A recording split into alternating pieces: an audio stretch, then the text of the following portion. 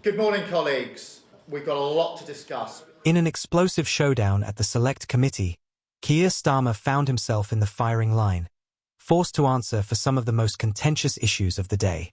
The pressure was relentless as MPs unleashed their questions on topics that have rocked the nation: tariffs, slashing benefits, and Israel's actions in Palestine. The stage was set. The Prime Minister, with a cool composure, struggled to mask the tremors beneath the surface. With the looming shadow of a global recession, economic chaos, and the deepening crisis over social care and international law, Starmer's leadership was tested like never before. Questions rang out about the future of the UK's steel industry. What would happen to thousands of jobs if the government failed to act? Could the Prime Minister defend his track record on benefits, when families and the disabled were falling deeper into poverty? And when pressed on the UK's stance on Israel's occupation of Palestine, would Starmer stand firm, or would his answers expose the cracks in his foreign policy? As the debate intensified, it became clear. This wasn't just a routine questioning. This was a moment that could reshape the political landscape. The stakes were higher than ever. With accusations of broken promises and a government struggling to adapt to a rapidly changing world order, it was a grilling like no other. The clock was ticking, and the public was watching. Stay tuned. This is a conversation you won't want to miss. That we're going to do things differently. We're going to tell the truth, even when they are hard truths.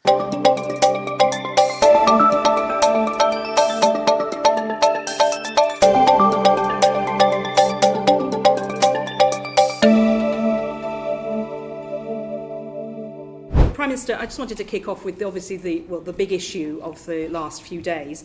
Growth is obviously your government's primary objective.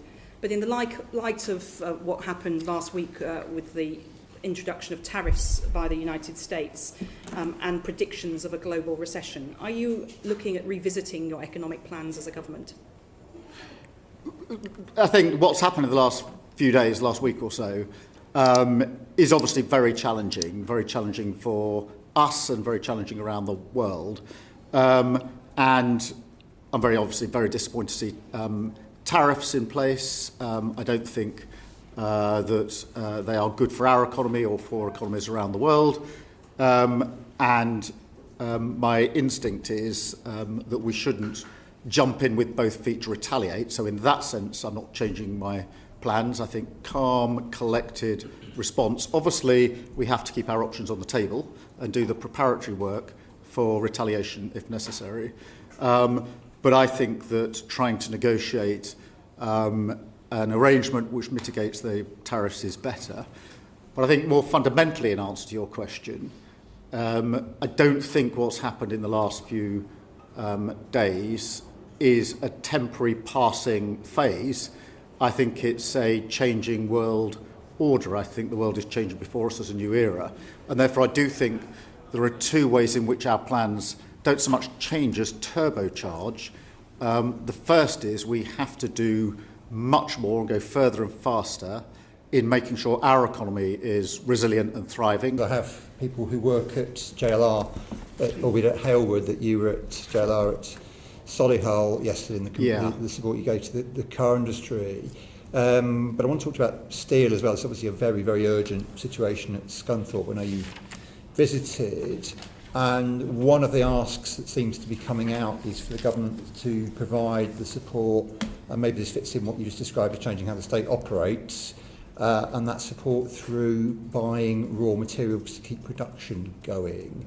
Is that one of the things that might still be on the table, or other alternatives being looked at? Because clearly it's a very serious situation. I know you're committed to steel. Yeah, well, look, I mean, thank you for raising Scunthorpe. We are in the middle of discussions, so I hope the committee will forgive me if I don't go through each of the fine detail. But I'm absolutely committed to steel production in this country.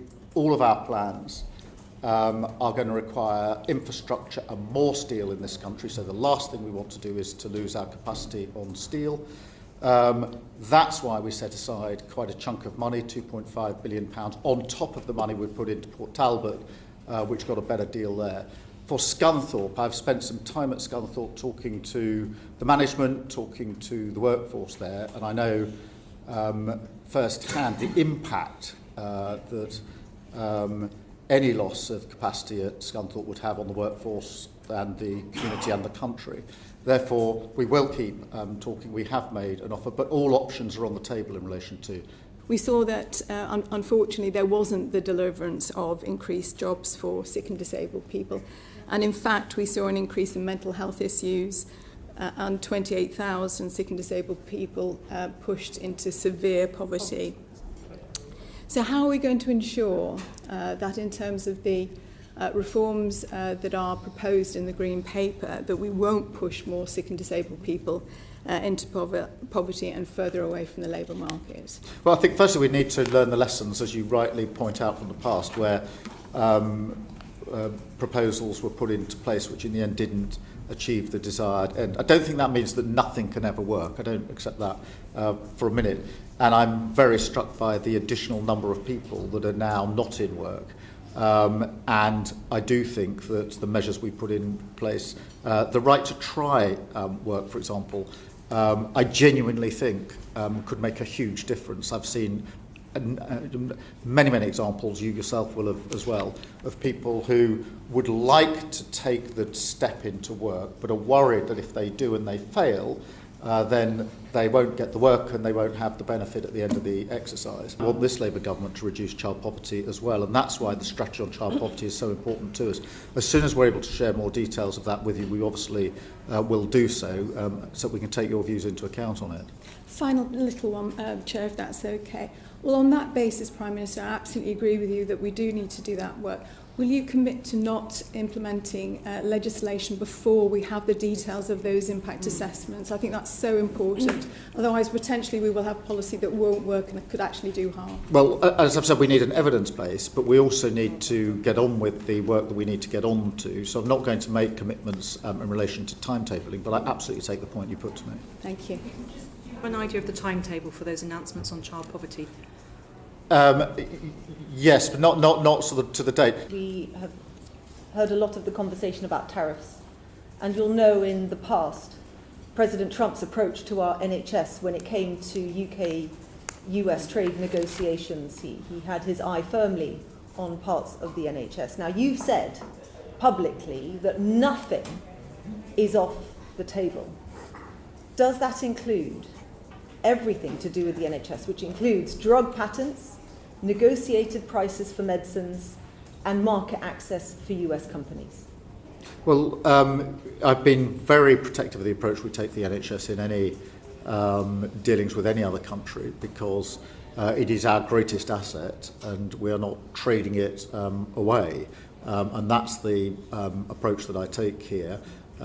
Including all the areas I've just mentioned? Well, including the data that we hold, which is private information. It must be held securely.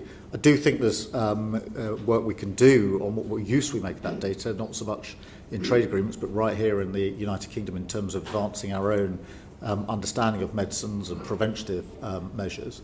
But I take a protective approach when it comes to the NHS. Thank you. Chair. Responding to Ms Moran's questions about the Casey review, that you're indicating that there's going to be some announcement or change introduced in 2026 in relation to social care. Did I hear you right? You did, and I'm just checking my notes because what the timetable we've set is for the report to be in, or for her work to be in two parts. And the first part is 2026, the second is 2028. And it's just double check you those. seem to indicate that you'd be moving faster on that first part in response to Ms Moran. Is that right? Yes. Yeah, I mean, Louise is starting her work this month. I've asked her to do her work in two stages. The second of the stages is what are the major reforms that are needed and therefore the cross-party work that needs to be done. The first part is what are the deliverable changes that we can do right here, right now, without waiting for the wider reform. Yep, right. I'm as sure as I can be, but I can't find the right page of my note, that's 2026. Right. So I'm going to go for 2026. for the first part of the report. Well, I'm sure if I'm you're wrong correct. about that, I will write to you straight away. But it is to deal with this point, which is a good point, which is let's not just wait till 2028 and get towards an election and find there are problems along the way. Let's bank some of these changes as we go forward. And that's why I split it into two parts, so that we will get part one as a foundational stone to build on. And also, in the exchange, you were talking about the national insurance contributions, particularly to support care workers, but local authorities and others are not getting enough extra money to pay for those employer national insurance contributions, so it's coming out of their core budget. Are you going to revisit that at all? Well, as I say, social care? I think the figure, again, it's not quite in front of me, is £880 million extra towards this aspect, which is adequate. I mean, we'll always have a look at what's adequate, but that's precisely why it was put there, and it is much more funding they've had to date. Yeah, but it's just about making, if each individual care worker needs to have their national insurance paid for, and indeed others, if it's not enough to cover that, then that comes out of core budgets. Yes, I mean, but it's additional money that's been put in, the work we did at the budget and the decisions we made are the very reason we've able to invest 26 billion extra in the NHS, which is beginning to make a difference. And that's a question of political priorities. And I'm glad that we put the money in the NHS, because I think that's the place it should be. Well, it's always a trick, not a trick exactly, but government promises something, it makes a change, and then the public sector isn't always funded to cover it. So there's a gap there. I think. Yeah, I appreciate that. You are a lawyer and our Prime Minister, so can you please tell us how the UK will comply with the International Court of Justice's legal opinion on Israel's illegal occupation of Palestine, and can you outline how the UK will implement our legal obligations under the UN General Assembly resolution? Yeah, look, I mean, I was an international lawyer. I think that marks me down, not up.